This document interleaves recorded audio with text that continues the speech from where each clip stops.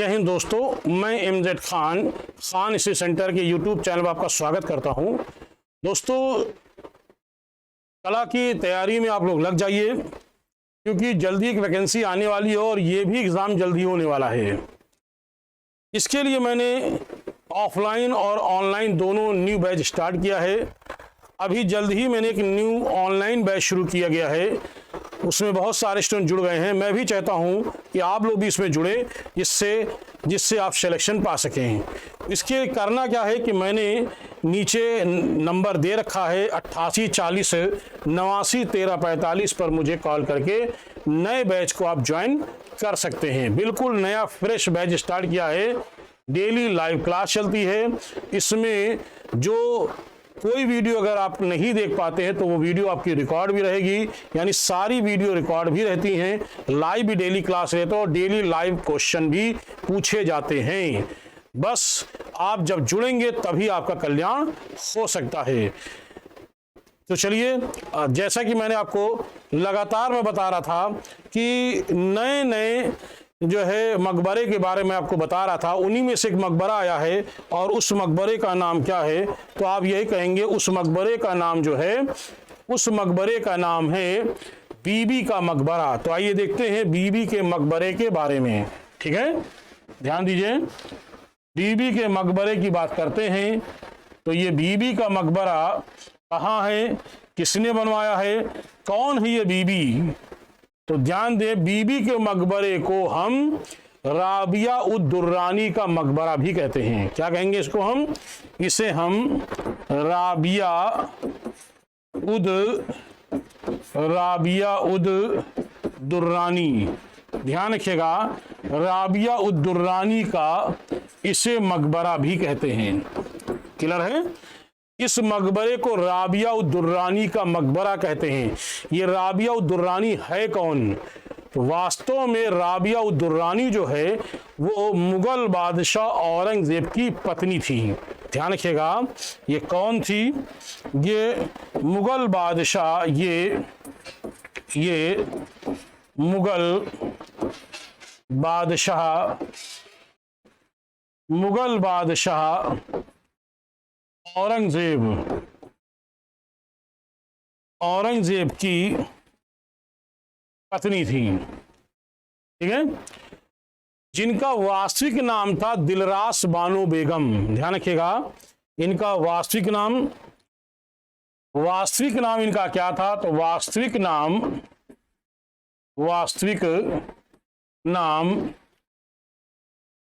दिलरास बानो बेगम। दिलरास बानो बेगम, ये इनका वास्तविक नाम था। ठीक है, ये इनका वास्तविक नाम था, जिसका नाम था राबिया उद दुर्रानी। तो औरंगजेब ने इन्हें राबिया उद दुर्रानी की उपाधि से सम्मानित किया था। कौन सी उपाधि इनको दी थी? औरंगजेब ने इनको जो उपाधि दी थी उस उपाधि का नाम है, जो उपाधि दी थी उस उपाधि का नाम कौन सी दी थी? तो आप याद रखिएगा, राबिया उद दुर्रानी, राबिया उद दुर्रानी की उपाधि से सम्मानित किया था। और जब मकबरा बना तो ये राबिया उद दुर्रानी का मकबरा कहलाया। लेकिन मुगल घराने में बीबी के नाम से फेमस थी। मुगल घराने में सारी महिलाएं इनको बीबी कहती थी। तो अभी भी बहुत सारे जो मुस्लिम कल्चर में बीबी शब्द बोलते हैं। बीबी का मतलब नॉर्मली लोग बोलते हैं बीबी।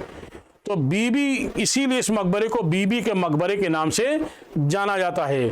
और इस मकबरे को दक्कन का ताज भी कहते हैं। क्या कहते हैं? इस मकबरे को यानी राबिया उद दुर्रानी के या बीबी के मकबरे को दक्कन का,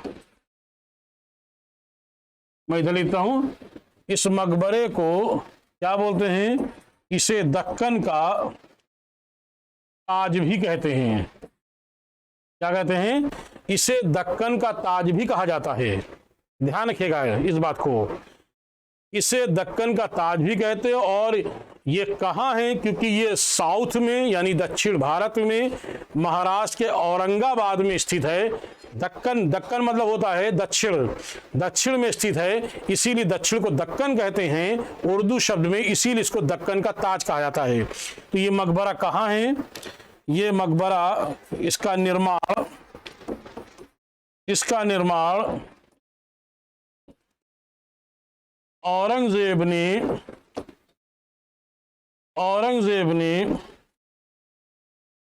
1651 से 1661 में महाराष्ट्र के औरंगाबाद में करवाया था। इसका निर्माण औरंगजेब ने 1651 से 61 के बीच में इसका निर्माण कराया है, महाराष्ट्र के औरंगाबाद में कराया है, इसीलिए इसको दक्कन का ताज के नाम से जाना जाता है। लेकिन इसकी जो नकल है वो कहते हैं कि वो ताजमहल की नकल है। ध्यान रखिएगा, क्या कहते हैं? ताजमहल की तरह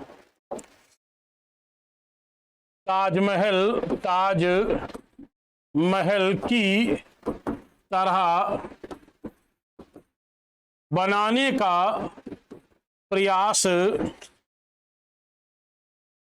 किया गया है, जो नहीं बन सका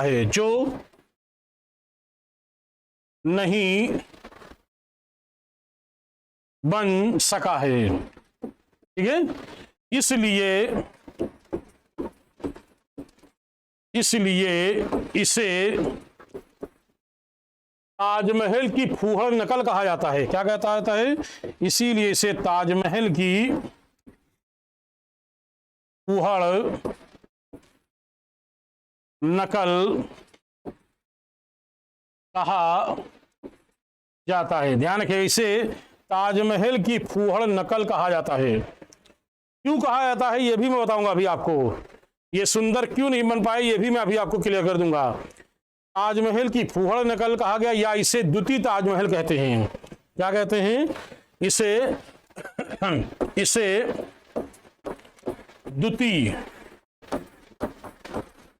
द्वितीय ताजमहल ही कहते हैं। क्या क्या कहते हैं? इसको बीबी का मकबरा कहते हैं, इसी को दक्कन का ताज कहते हैं, इसी को राबिया दुर्रानी का मकबरा कहते हैं, और इसी को द्वितीय ताजमहल के नाम से भी जाना जाता है। लेकिन इसको पर्सी ब्राउन ने कहा है ये ताजमहल की फूहड़ नकल है। क्यों ना नकल होगा? क्यों इसको फूहड़ बोलते हैं मैं बता देता हूं आपको। शाहजहां ने जो ताजमहल बनवाया था वो अपने सरकारी खर्च से बनवाया था। जो सरकार का पैसा होता है, जैसे अभी सरकार अगर कोई चीज बनवाए तो उसको भव्य के रूप में बनवाएगी, बहुत अच्छा बनवाने का प्रयास करेगी, क्योंकि वो सरकार का पैसा है, क्योंकि वो जनता का पैसा है। लेकिन औरंगजेब ऐसा बादशाह था जो सरकार का पैसा यानी जनता का पैसा वो अपने ऊपर व्यक्तिगत रूप से खर्च नहीं करता था। फिर कैसे अपना इसका जीवन यापन चलता था? कहते हैं कि ये कुरान शरीफ की प्रतिलिपियां लिखता था, उसको बेच करके जो पैसा आता था उसी से अपना जीवन यापन चलाता था। कहाँ तक तो ये जाता है कि जब ये सरकारी काम करता था तो लालटेन में सरकारी तेल को डालता था, और जब अपना काम करता था, व्यक्तिगत काम करता था, पर्सनल काम करता था, तो ये अपने पैसे से खरीदे हुए तेल का प्रयोग करता था। ये इस बादशाह की खास बात ये तो मैंने इस तरह से बताया कि अब ये पैसा अपने पास से खर्च किया गया, प्रतिलिपि बेच के कितना पैसा पाएगा। तो इसलिए ये वो सुंदरता ताजमहल में नहीं आई है, ये ताजमहल कहेंगे बीबी के मकबरे में नहीं आई है, इसीलिए इसको ताजमहल की फूहड़ नकल कहा जाता है या द्वितीय ताजमहल कहा जाता है। सिर्फ यही कारण है। और इस मकबरे की विशेषता क्या है? इसको क्या कहते हैं? इसको बोलते हैं संयुक्त निष्ठा का प्रतीक। यह औरंगजेब की संयुक्त निष्ठा का प्रतीक है। आइए ध्यान दें, ये औरंगजेब की संयुक्त निष्ठा का प्रतीक है। क्लियर?